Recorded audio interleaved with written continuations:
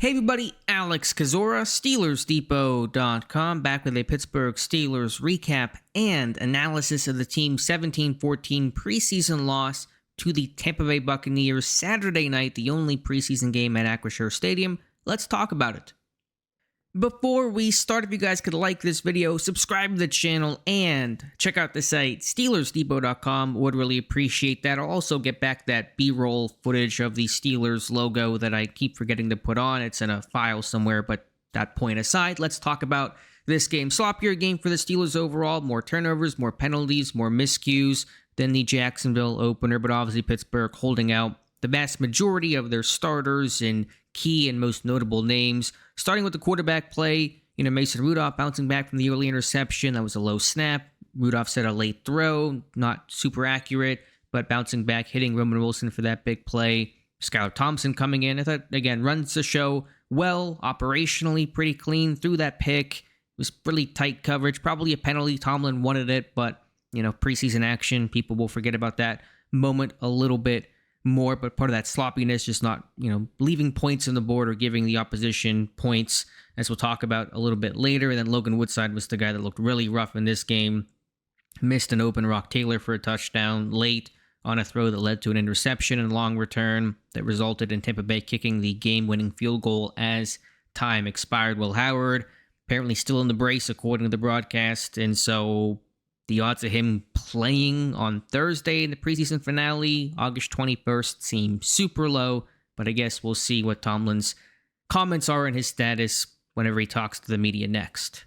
The run game overall certainly picked up in the second half. I don't know exactly what Pittsburgh finished with. I can look it up right now. It was a good number overall, but the first half was really ugly. $130 total. Caleb Johnson, 11 carries, 50 yards, but against Tampa Bay starters, when Pittsburgh had 80% of its starting offensive line in, the only one not playing, left guard Isaac Seumalo, still struggling. Now, Johnson had one good run on an inside zone run, it looked like. Good backside cutoff by Connor Hayward, and so that was at least a moment for Caleb Johnson. In the second half got better, but that run game still has not quite progressed the way that you would hope for. Now, you haven't had Jalen Warren play, and you're not game planning quite as much as you obviously would, come the Jets week one. So how much can you take unit performance, good or bad, and apply it to the regular season? That's tough to do. The preseason is more about individual work than it is collective, just given the nature of guys in and out of the lineup and not game planning, all that kind of stuff. So we'll see. But I think better from Johnson. He talked about being a little more aggressive. Still has some work to do, he said. But,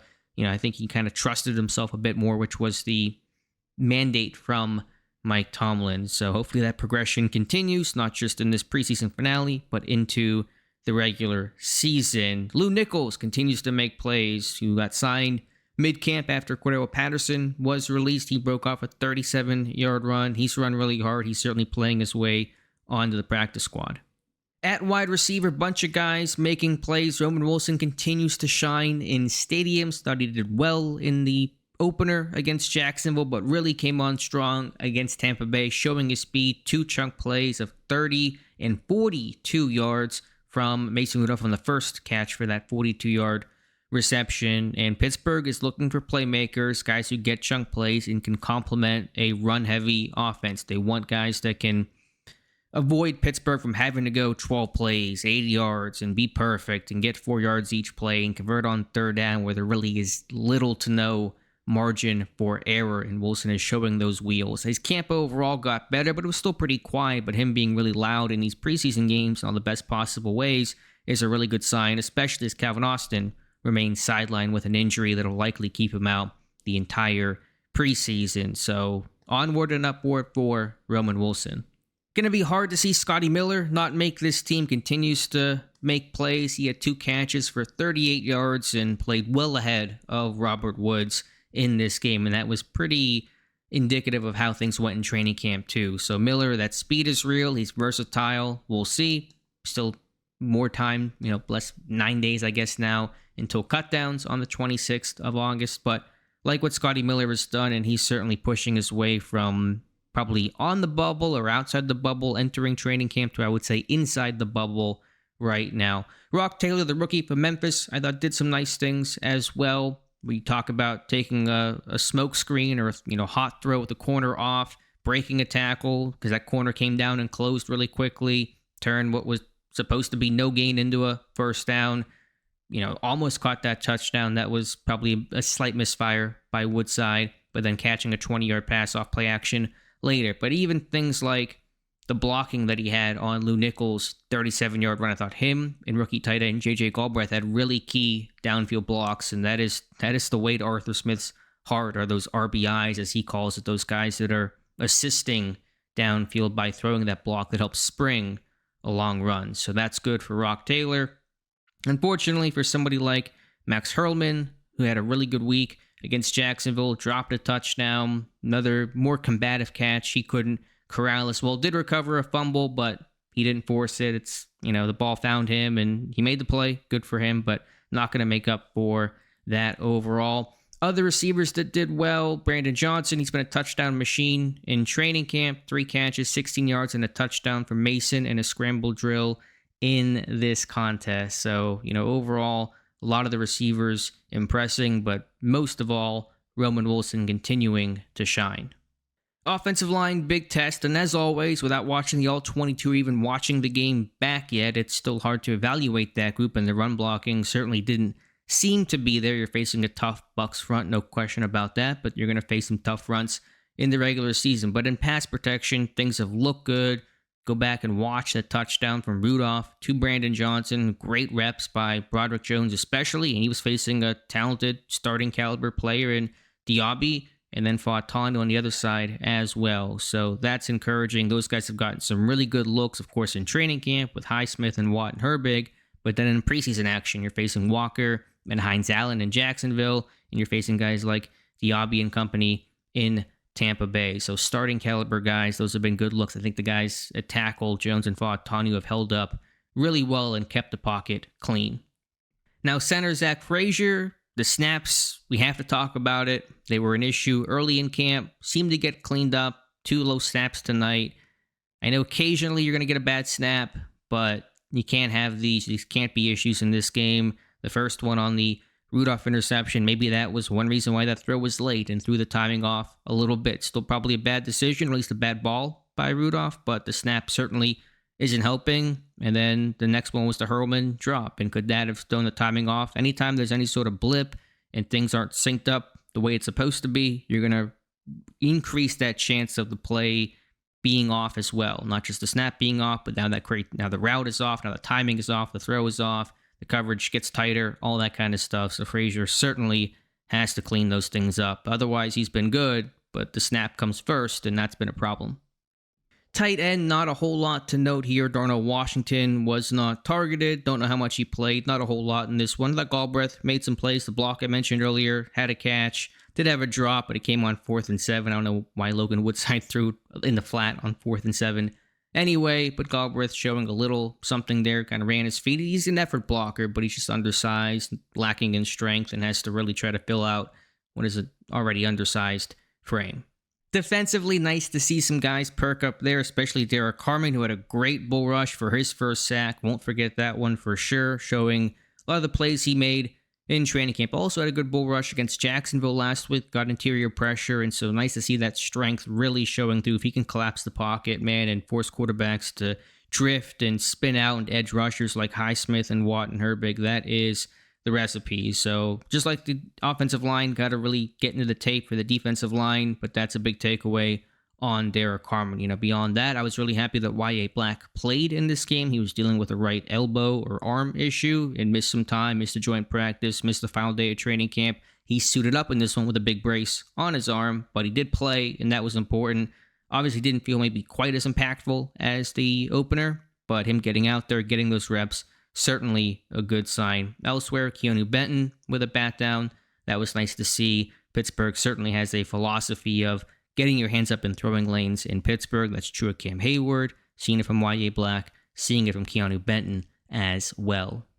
Outside linebacker Jack Sawyer seemed to play a solid game overall. I thought Eku Leota played really well too, played the run hard. He's a speedy, bendy pass rusher, undersized, but he's had a good camp. He had a good performance in this game. Julius Wolshoff has been consistent and durable as well. DeMarvin Leal has been disappointing. Thought he had a nice start to training camp, good athlete, but he's faded. He's not made the impact in these games. A veteran like him, you would think, should be able to make, and he's certainly probably playing his way out of Pittsburgh. Fortunately, Nick Herbig seems to be okay from a hamstring injury, but Leal just too little, too late, and right now it's just not been enough either. Inside linebacker, Cole Holcomb, I thought, played well, so nice job by him. He had a tackle for loss early in this game. He's looked healthy. Peyton Wilson, not quite as sharp in coverage, giving up that score to Bucky Irving.